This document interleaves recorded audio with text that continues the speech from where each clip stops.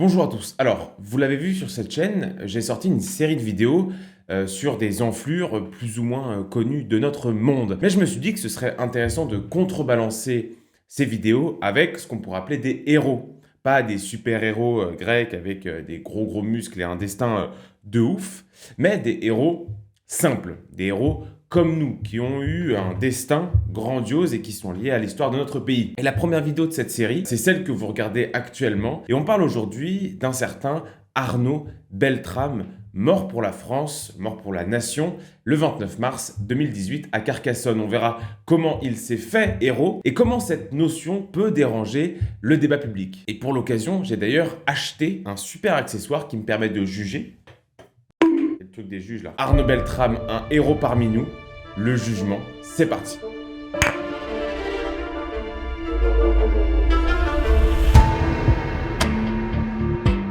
Arnaud Beltrame est né le 18 avril 1973 à Étampes. Sa mère est d'origine modeste, issue d'une famille agricole. Il est l'aîné d'une fratrie composée d'Arnaud, de lui, de Damien et de Cédric. Les relations qu'entretiennent les enfants avec leur père sont assez difficiles. Le jeune Arnaud est témoin de la violence physique de son père et sa mère décide donc de divorcer. Arnaud, contrairement à ses frères, choisit d'aider son père dans les moments difficiles en lui rendant visite fréquemment. Et ce, jusqu'au suicide du paternel fin février 2018. Merci à CyberGhost VPN de sponsoriser ce contenu. Alors, CyberGhost VPN, c'est le leader mondial du VPN avec 38 millions d'utilisateurs dans le monde. Ouais, mais Georges, c'est quoi un VPN? Un VPN, qu'est-ce que c'est et ça sert à quoi? Je vais te le dire, c'est un Virtual Private Network. Ça te permet de naviguer sur le web en mettant une fente de corps à ceux qui veulent savoir ta localisation. Fini la traçabilité de l'adresse IP. Tu peux naviguer en toute sécurité. Salut Klaus Schwab, je m'envole et j'ai pas peur.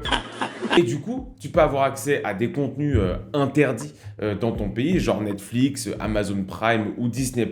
Si tu prends un abonnement CyberGhost VPN, tout simplement, c'est 7 appareils différents en simultané que tu peux utiliser. Donc, tu le partages avec tes parents, tes cousins et tes frères et sœurs.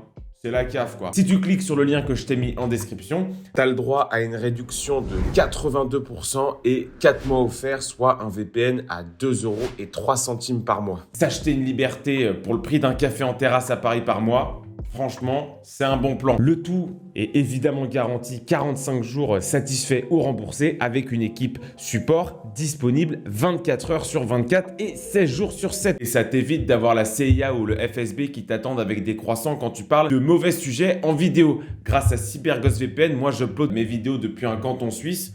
Comme ça, je suis tranquille. Allez, on continue la vidéo. La figure qui va marquer Arnaud dans sa jeunesse, c'est évidemment celle de son grand-père, Georges Beltrame, commando parachutiste et vétéran de la guerre d'Indochine. C'est lui qui transmettra à Arnaud, selon ses frères, le sens du devoir et du sacrifice. De 1991 à 1994, il fait ses classes à Saint-Cyr-l'École avant de devenir aspirant au 35e régiment d'artillerie parachutiste de Tarbes. Là-bas, il est reconnu comme un chef fidèle et loyal par son compagnon, le lieutenant-colonel Édouard Le Jariel des Châtelets. À Saint-Cyr, il va devenir même responsable du drapeau, photo que l'on peut d'ailleurs voir à l'accueil de l'école. Il intègre ensuite l'escadron parachutiste d'intervention de la gendarmerie nationale, le PIGN, qui deviendra ensuite le GIGN, et il est nommé chuteur opérationnel. On va retrouver Arnaud Beltrame le 14 juillet 2001 sur les Champs-Élysées, à l'occasion du défilé national. Il est porte-drapeau de son régiment. En 2003, Arnaud Beltrame intègre l'école de gendarmerie. Il redécouvre à cette occasion une passion pour la randonnée avec son ami Tom, ancien commando parachutiste. Il peut gravir des monts dans les Pyrénées, fait des bivouacs en Bretagne et commence même à expérimenter une certaine forme de spiritualité. On est en 2005, Beltrame est envoyé en Irak. Son rôle là-bas, c'est de protéger l'ambassadeur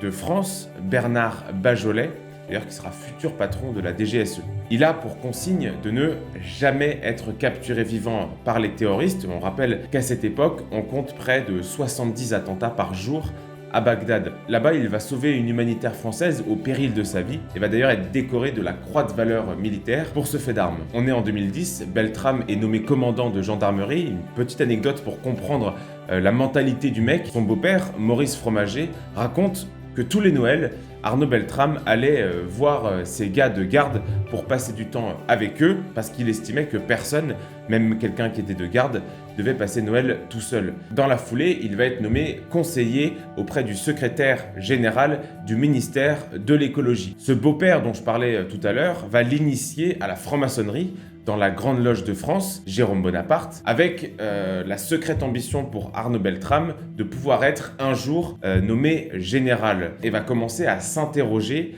sur la place de la foi dans sa vie. Et c'est surtout cette foi chrétienne qui va orienter le parcours d'Arnaud Beltrame à l'âge de 33 ans, l'âge du Christ d'ailleurs. Il se recueille fréquemment dans l'abbaye de Timadoc auprès des frères Laurent et Benoît. Là-bas, il va prier 6 fois par jour et va profiter de l'ambiance quelque peu studieuse de l'abbaye pour préparer les concours de l'école de guerre, qu'il va échouer malheureusement. Après avoir effectué son baptême, sa communion et sa profession de foi, Arnaud Beltrame fait la rencontre de Marielle, sa future femme. Les deux vont se fiancer la même année, en août 2016, et il part la rejoindre cette année dans la région de Carcassonne où elle est infirmière.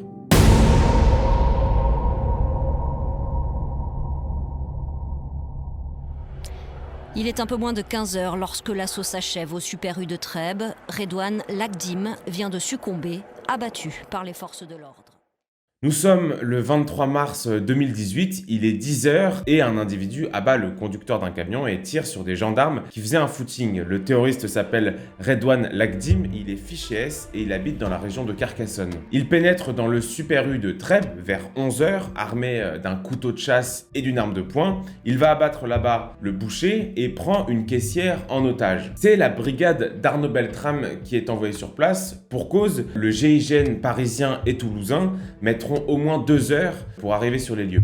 Par ailleurs, ce qui est intéressant, c'est que le colonel Beltrame avait organisé quelques mois auparavant un exercice antiterroriste à Carcassonne. Pendant la prise d'otage dans le Super U de Trèbes, Beltrame explique aux terroristes qu'il est militaire et que du coup, il vaut plus dans ses négociations qu'une simple caissière. Il est 11h27 et Beltrame s'échange contre Julie, 40 ans, caissière et pris en otage par Redouane Lagdim.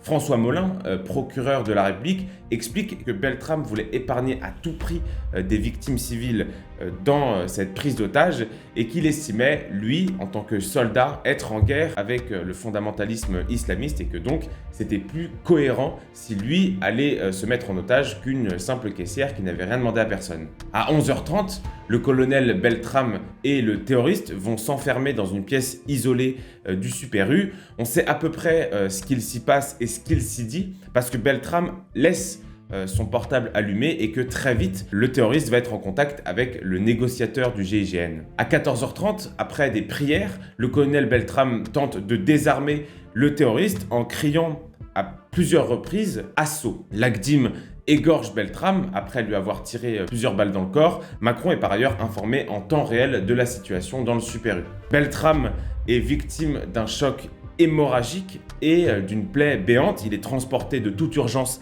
à l'hôpital dans un état que les spécialistes qualifient de critique. Il meurt dans la nuit du 23 au 24 mars 2018 à 44 ans. Dans l'opinion publique, il va être vite qualifié de héros, même si on a le droit au fameux entaille à la gorge, plaie au niveau du cou. Bon, il s'est fait égorger, mais la presse essaye de ne pas trop choquer l'opinion publique. Il sera décoré de la Légion d'honneur, de la Gendarmerie nationale, de la médaille d'honneur pour acte de courage et de dévouement, et évidemment de la médaille de la sécurité intérieure.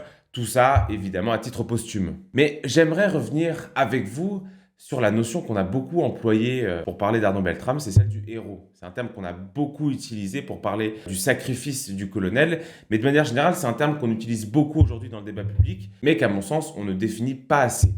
Je me baserai ici sur les analyses du colonel Gay, camarade de Beltrame, sur la bande dessinée posthume sur Beltrame d'Alexandre Delalande et de Laurent Bidault, et évidemment sur le spécialiste de la question, Marc Touret. Aujourd'hui, quand on parle de héros, voire de super-héros, on pense aux blockbusters américains, DC Comics ou Marvel. Mais ces héros-là, même s'ils ont un courage extraordinaire, c'est des héros qui ont des super-pouvoirs. C'est donc, en quelque sorte, un sacrifice moindre d'être un héros quand on a des moyens techniques et physiques hors du commun. un grand pouvoir implique de grandes responsabilités, dira la grande écrivain Marlène Schiappa. Enfin, c'est Oncle Ben qui dit ça à Spider-Man, mais ça avait été repris par Marlène Schiappa. Ces héros-là, c'est des héros grâce à leur médiatisation aussi. Malraux disait « pas de héros sans auditoire ». Et c'est vrai, les costumes sont grandioses, les effets d'arrivée sont spectaculaires. Ces héros sont identifiables comme tels, comme des héros. Arnaud Beltrame, c'est différent.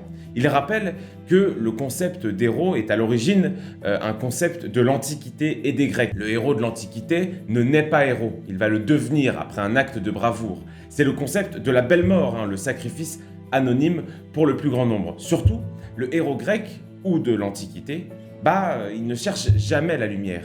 Il n'accomplit jamais ce qu'il fait pour la postérité ou pour le mérite, mais il l'accomplit parce que c'est normal. En fait, le héros initial est une forme d'anti-héros, un homme ordinaire qui ne présente aucune caractéristique physique particulière, mais qui se sacrifie pour le plus grand nombre. Alexandre Delalande et Laurent Bidault, ceux qui ont fait la bande dessinée sur Beltrame, qui est vraiment par ailleurs très bien, lui font dire « Je ne suis pas un héros, je suis juste un être humain qui a placé sa vie en dessous de celle des autres. » Parce que le héros initial est animé par une chose, la vertu. Dans son livre « Adolescence », le psychanalyste Gianluigi Moniello fait un chapitre sur la construction de la figure du héros à l'adolescence. Et ça rappelle bien le sacrifice de Beltrame.